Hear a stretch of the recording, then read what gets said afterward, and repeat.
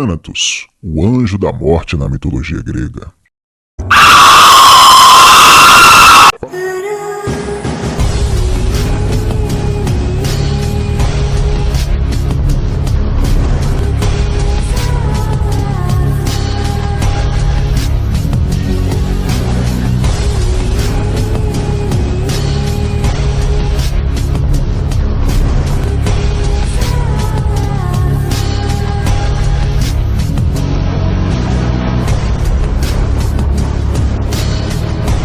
Fala pessoal, tudo bom? Vamos falar sobre esse ser humaninho assustador. Filho da noite, das trevas, irmão do deus do sono, Thanatos foi a personificação da morte na mitologia grega. Analisar um pouco as histórias em que ele aparece pode nos ajudar a entender como os antigos gregos entendiam e lidavam com a inevitabilidade da morte em seu panteão. Antes do nascimento da ciência, os gregos antigos usavam a mitologia para dar sentido a tudo o que acontecia ao seu redor, especialmente quando se tratava da perda de um ente querido. O conceito de vida após a morte é antigo, ajudando a consolar famílias com a crença de que seus entes queridos estariam num lugar melhor. Ao contrário do cristianismo e de outras religiões, onde uma pessoa ou vai para o céu ou vai para o inferno a depender do seu comportamento, na mitologia grega essa história não é tão agradável assim de ser discutida. Os antigos gregos acreditavam que havia 3 níveis do submundo que você poderia ir, ou para os campos Asfódelo,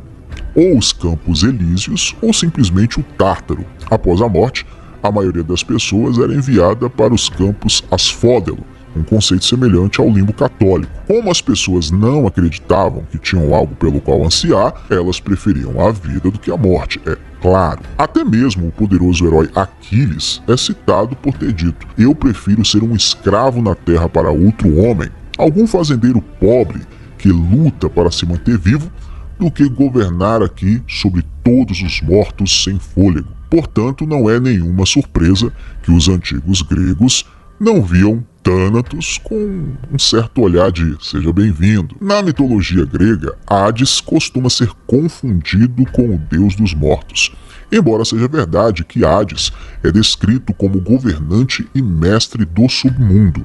Ele teve muito pouco a ver com a morte em si. Essa função residia em Thanatos, cujo nome significa literalmente morte. Thanatos nasceu da união de Nyx, que significa noite, e Erebus, que significa escuridão, e ele é irmão gêmeo de Hypnos, que é o deus do sono. Essa linhagem é estabelecida dentro da Teogania, um poema descrito ali pelo poeta grego Hesíodo. Mesmo que Thanatos fosse a personificação de uma passagem pacífica, ou pacífica entre aspas, muitas pessoas acreditavam que ele era um deus impiedoso que causou uma morte dolorosa. Apesar do que está escrito na passagem, foi a irmã de Thanatos, Queres, o espírito primordial da matança e da doença, que foi retratada como uma figura sedenta de sangue e obsessiva. Considerando que Thanatos é frequentemente descrito como um deus extremamente belo, como Eros, o deus do amor, é claro que isso suscitou muitas paixões por ele também. Ele é mostrado como um deus alado, segurando uma tocha invertida em uma das mãos e uma borboleta ou uma coroa de papoulas na outra. Às vezes, ele é frequentemente representado segurando apenas uma foice, bem parecido com o anjo da morte que conhecemos. Uma história que resume o medo da morte retratado na mitologia grega é a de Admeto e Alceste. Ex-membro dos Argonautas e herói, Admeto provou o seu valor por meio de um feito heróico que o ajudou a ganhar a mão da bela princesa Alceste. O casal viveu feliz e seu reino prosperou. O rei Admeto era muito amado por seu povo e admirado por sua família. Até que um dia, Admeto foi atingido por uma enfermidade e foi então quando sentiu o toque de Thanatos. Consumido pela fraqueza, Admetos tentou se recuperar da doença quando as Asmoirai, damas do destino, o visitaram para informá-lo que a morte estava chegando e que ele logo estaria a caminho do submundo. Chocado e assustado, Admetos caiu de joelhos e implorou a Moirai que o deixasse viver. As Moirai não se emocionaram com seu apelo e então Admeto pediu ajuda a Apolo, o deus Sol. Apolo então intercedeu em seu nome e Moirai concordou em poupar Admeto se alguém estivesse disposto a sacrificar sua vida em troca da dele. Aliviado, Admeto perguntou ao seu povo se havia alguém disposto a dar a vida em seu lugar. Com medo da morte e apego à vida, é claro que ninguém se ofereceu. Em seguida, Admetos voltou-se para seus pais idosos e pediu a eles para que morressem em seu lugar. Mesmo eles, que estavam em idade avançada, também resistiram à proposta e falaram não. Admetos havia perdido todas as esperanças quando sua esposa deu um passo à frente e ofereceu sua própria vida em troca da dele. Todas as doenças de Admetos foi passada para sua esposa, sua rainha, e enquanto ela estava morrendo, Admetos foi consumido pela dor. Os aplausos do seu povo o afastaram da sua esposa apenas para descobrir que o herói Hércules havia chegado à sua corte. Como mandava o costume grego, ele cumprimentou seu convidado com calor e carinho, dando-lhe um bom lugar para ficar dentro do palácio. Hércules viu que seu anfitrião, embora gentil, estava preocupado. Quando perguntou a Admeto qual era o problema, o rei então contou ao herói tudo o que havia acontecido. Foi então que Hércules prometeu ajudar Admeto enfrentando a morte. A noite chegou e Hércules sentou-se ao lado da cama da rainha, esperando a chegada de Thanatos. Finalmente, ele viu o deus da morte emergir das sombras e bloqueou seu caminho. Quando Thanatos disse ao semideus para se afastar, Hércules disse não. Em vez disso,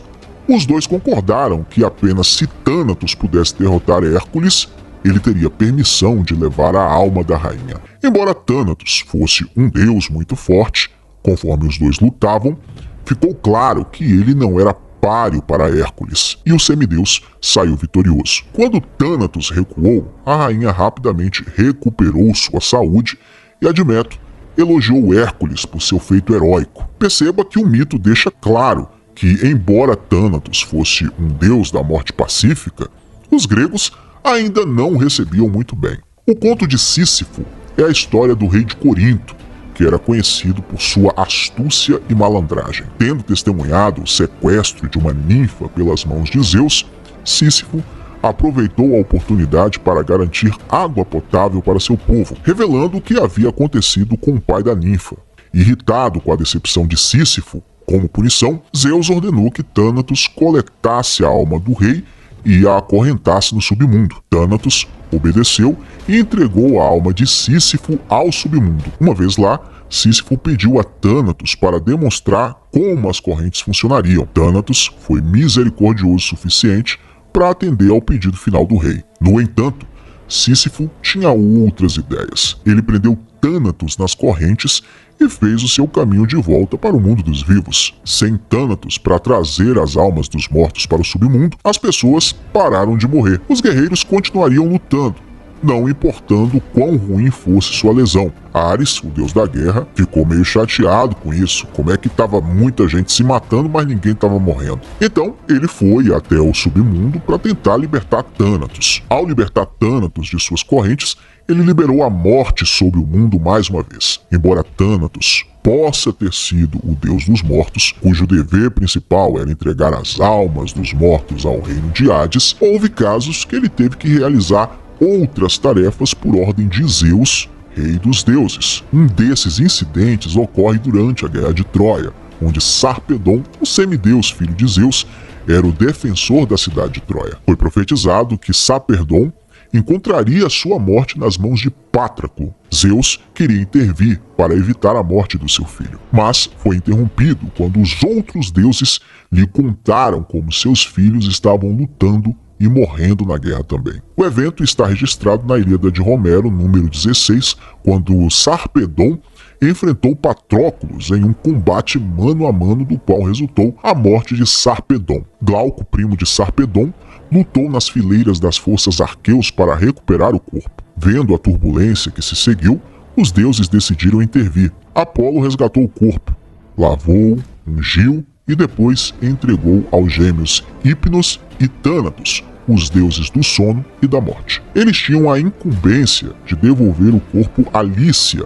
onde o herói seria sepultado. Thanatos teve um papel importante a desempenhar dentro do ciclo da vida e da morte na mitologia grega. No entanto, como os gregos tinham medo da morte, eles não escreveram ou falaram abertamente sobre esse deus. Isso explica porque existem tão poucas histórias sobre Thanatos como a personificação da morte. Com o advento do cristianismo, muitos dos deuses gregos desapareceram da consciência, mas Thanatos simplesmente mudou sua forma. Pode-se dizer que o ceifador surgiu ali do mito de Thanatos. A diferença é que Thanatos era representado como um cara bonitão, e o anjo da morte que a gente está acostumado a ver é uma caveira horrível. E eu quero saber a sua opinião sobre isso aí nos comentários. Se gostou, deixa seu like, compartilha com os amigos para ajudar, e eu espero vocês no próximo vídeo. Sayonara. Estaremos nos aprofundando neste assunto e trazendo mais informações. Nosso papel aqui é apenas coletar as informações, organizá-las e levá-las até você. Acreditar ou não acreditar é uma escolha sua.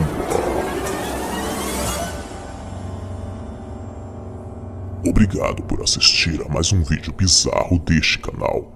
Deixe seu like e inscreva-se para participar da minha creche de crianças obscuras. Mais uma vez, quero convidar vocês a curtirem a nossa página no Facebook. O link está na descrição do vídeo. Convido também mais uma vez para se tornarem patrocinadores deste canal. O link para que você possa contribuir com este trabalho está aí na descrição do vídeo. Você pode manter este trabalho no ar.